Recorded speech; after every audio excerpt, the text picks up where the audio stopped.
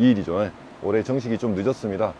전국적으로 화분화 문제 때문에 정식을 늦추기도 하고 9월 날씨도 너무 더웠습니다. 그래서 저도 9월 초에 정식 일자를 잡아놨다가 14일께로 또 미뤘다가 도저히 안 돼가지고 분화가 또 안 돼가지고 21일로 정식을 했습니다.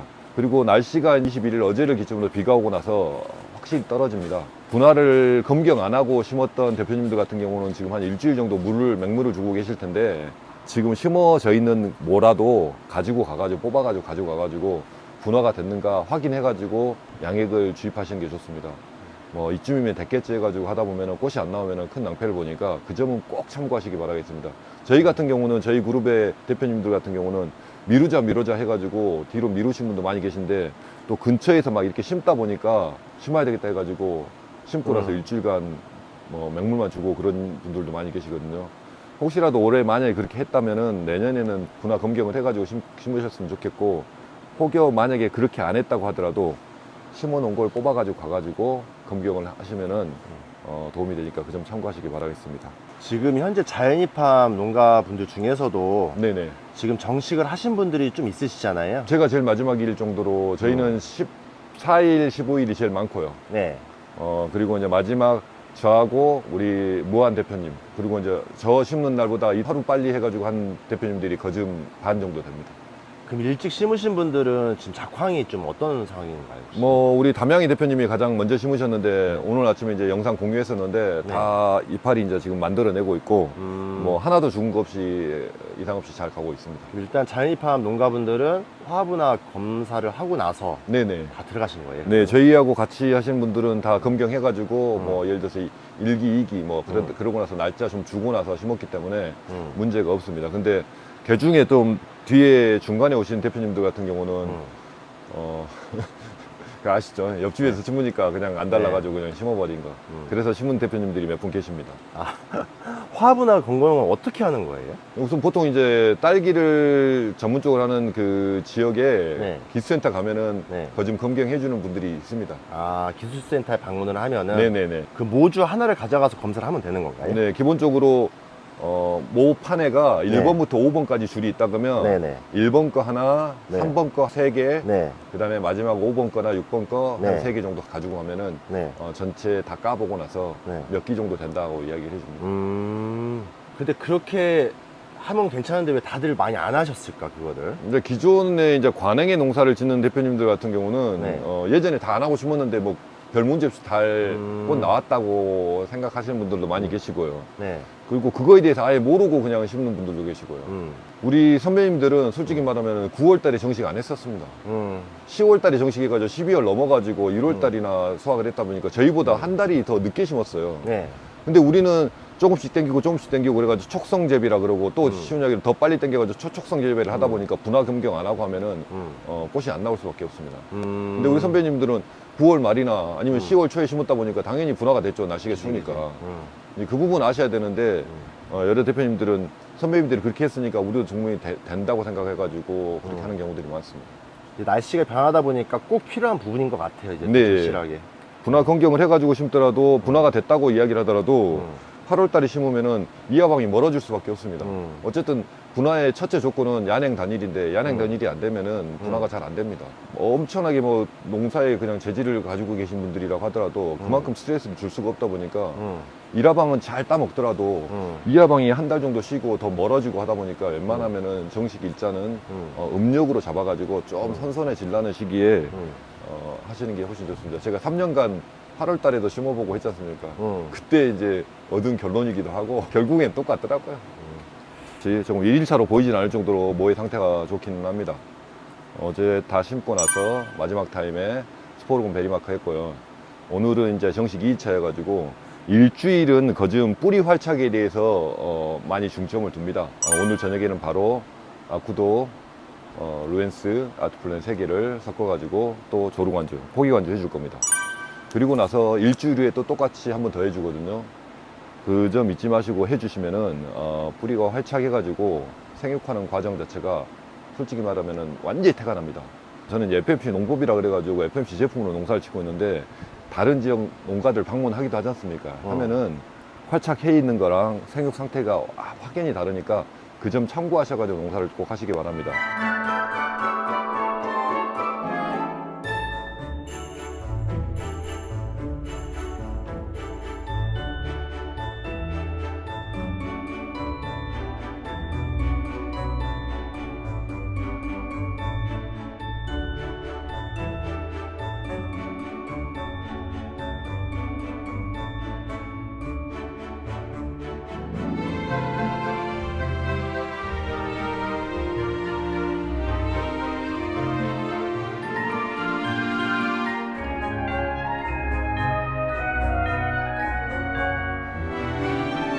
저는 화이트보드판에 제가 하는 것들을 갖다 다 적어 놓습니다.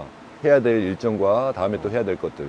근데 그 중에서 제일 잊지 말아야 될 게 발근시키는 거, 2번, 일주일 간격으로 2번 해주는 거하고, 제가 이제 농약계 제네시스라고 이야기하는 베리마크 있지 않습니까? 10일 후에 꼭 한 번 더 해주시면 애들이 스트레스 안 받고 잘 자랄 수 있으니까 그 점 참고하시기 바랍니다.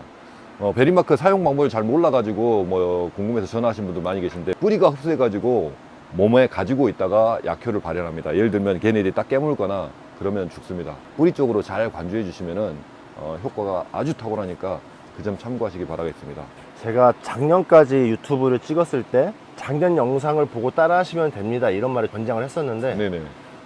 올해는 어떠실 것 같아요? 이제 작물을 갖다가 관리하거나 그런 건 똑같긴 한데 날씨가 또 변하지 않습니까? 네, 날씨가 너무 많이 변해가지고. 네. 병이나 충 같은 경우도 그 날씨나 온도에 따라서 많이 변하지 않습니까? 네네. 그거에 대한 대처를 좀 하셔야 되니까 네. 꾸준하게 그냥 새롭게 농사는 시작된다고 생각하시는 게 훨씬 나을 것 같습니다. 그래서 올해는 찍다 보면은 새로운 변수들도 많이 생길 것 같고 네네. 방법도 변화가 좀 있을 것 같아요. 지금 9월 날씨가 너무 덥지 않습니까? 네.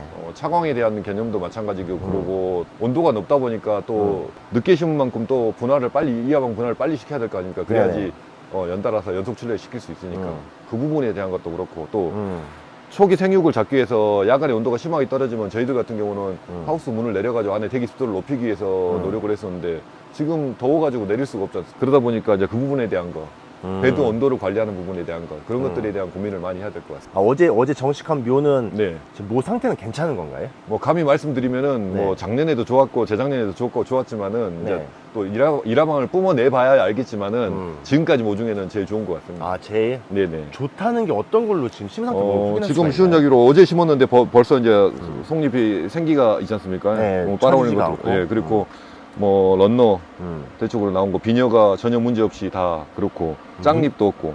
문제가 없다는 게 어떤 부분이죠?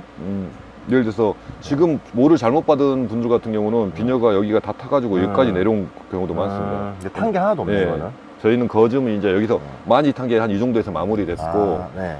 뿌리에 감긴 상태도 예를 들면 과하지 않게 막 쪄들어가지고 완전 뺑뺑 감아가지고 과하지 않게 적당히 감아 있습니다. 저희는 차광을 안 해서 기름 모종이다 보니까 다른 집까지 막 심하게 잎이 막 굵고 두껍고 그러진 않습니다. 하지만 비녀의 굵기하고 그다음 관부의 굵기는 다른 집보다 좋다고 생각합니다. 그래서 전반적으로 봤을 때 모종이 매우 만족스럽다. 누가 이거 정식 1일차라고 생각했습니다. 그러니까 일일차가 아닌 것 같아요. 네네.